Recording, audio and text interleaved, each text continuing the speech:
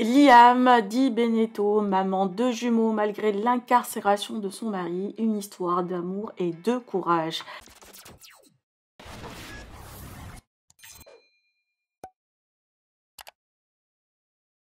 Liam Di Benedetto, une ancienne candidate de télé-réalité, a annoncé le lundi 5 février 2024 qu'elle est enceinte de jumeaux. Elle est déjà maman de 2 petites filles.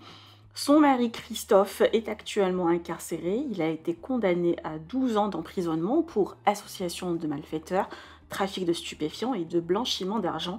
Les jumeaux ont été conçus lors de visites au parloir de la prison.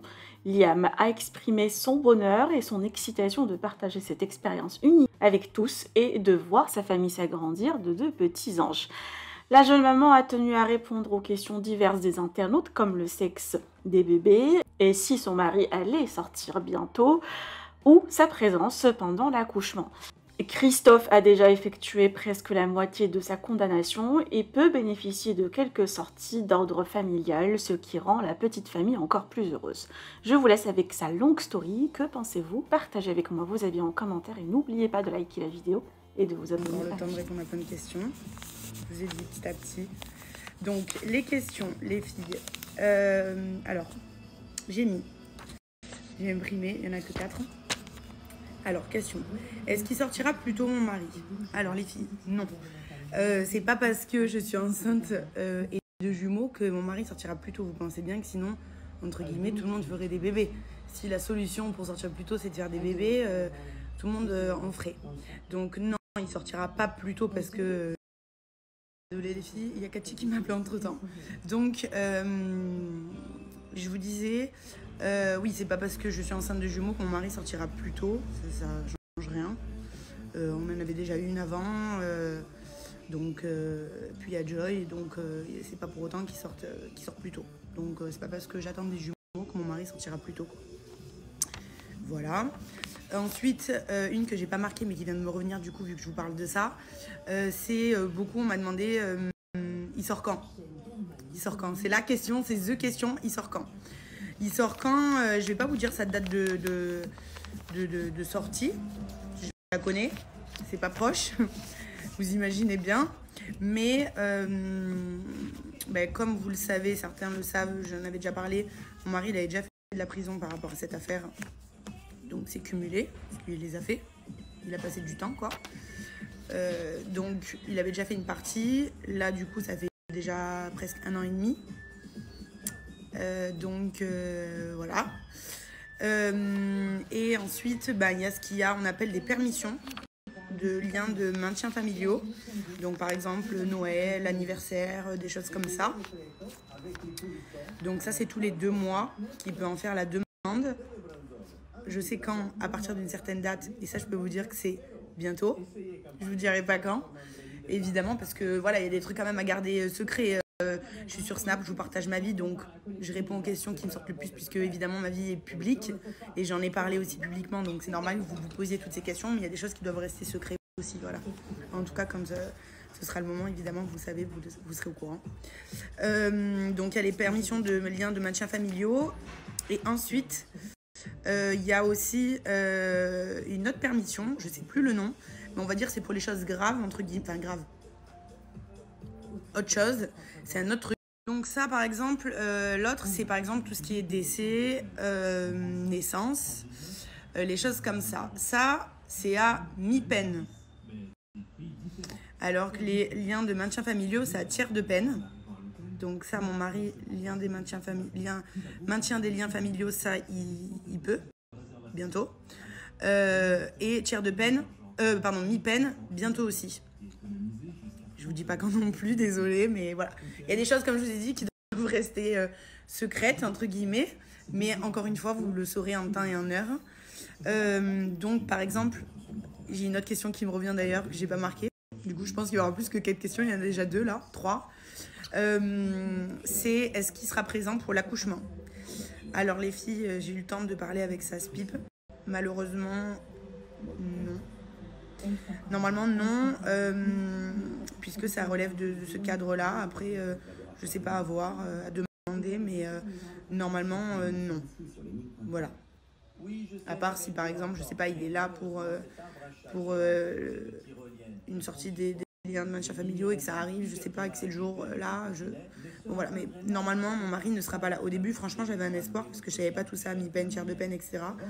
Donc au début, quand j'ai su que j'étais enceinte, j'avais l'espoir qu'il soit là. Mais là, je préfère me dire, vous savez comment je suis maintenant avec Joy, tout dans ma vie en général. Je préfère me dire qu'il sera pas là. Et admettons peut-être qu'il sera là et je serai super contente. Plutôt que de me dire oui, il sera là alors qu'il sera peut-être pas là, quoi. Voilà. Donc ça, je peux pas vous dire qu'il sera là ou pas parce que j'en sais rien. J'espère, parce que j'avais passé un magnifique accouchement avec mon mari pour Charlie. Vraiment, c'était un souvenir magnifique. Il m'a aidé du début à la fin, c'était magique. Donc c'est vrai que là, j'aurais aimé, en plus il y en a deux qui soient là, c'est évident. Mais donc ça les filles, on verra. C'est pas sûr, mais on verra. Ensuite, autre question les filles. Arrête Poupie, ça dans tous les sens. Une autre question que j'avais marquée sur ma feuille. On m'a dit c'est des garçons car j'ai mis du vernis bleu.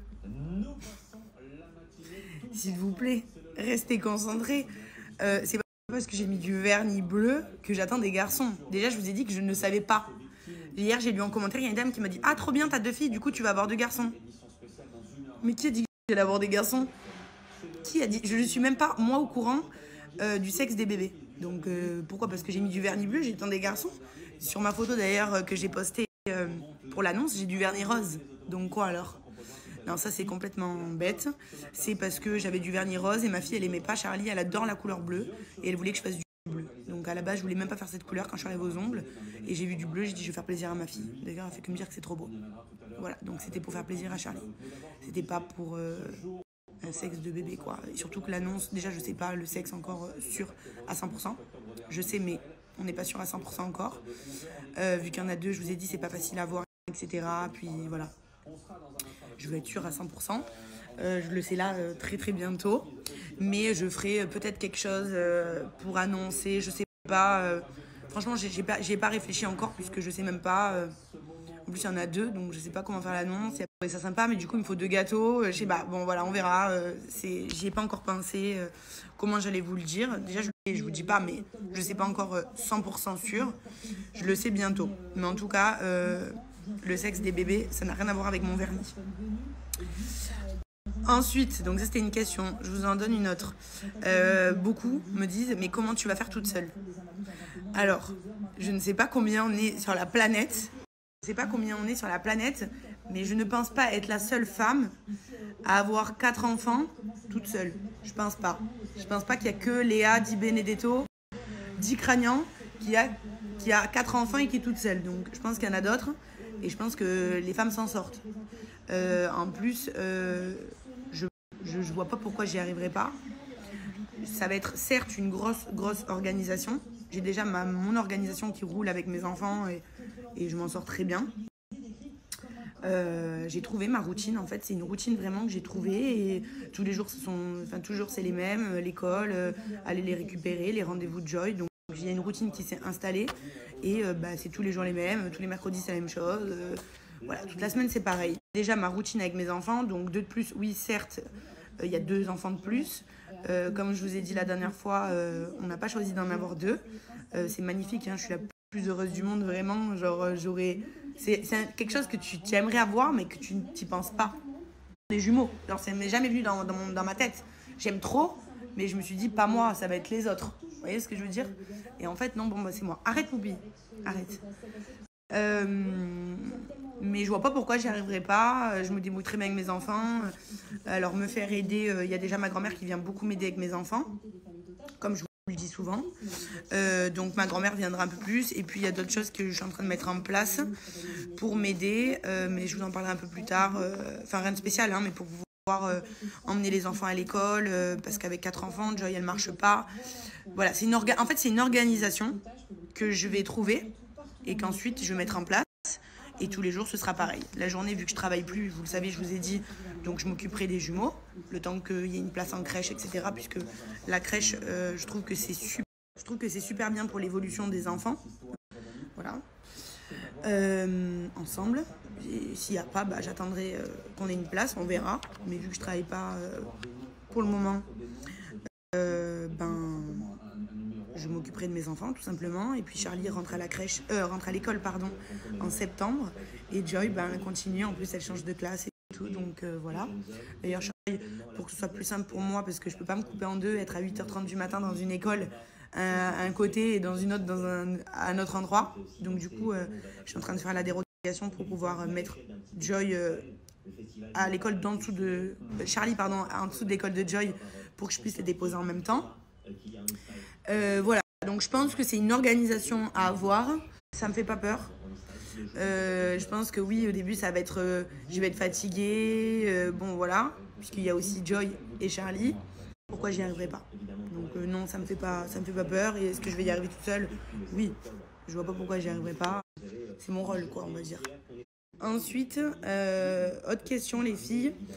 Comment t'as fait? En gros, comment on a fait... C'est hyper bizarre cette question, mais bon. Comment on a fait à faire les bébés, en gros, sachant que je prends tout le temps mes enfants au parloir. Alors, écoutez, quand tu prends rendez-vous pour un parloir, déjà tu reçois un mail de confirmation. Donc j'ai tous les mails de confirmation de mes rendez-vous. Tous.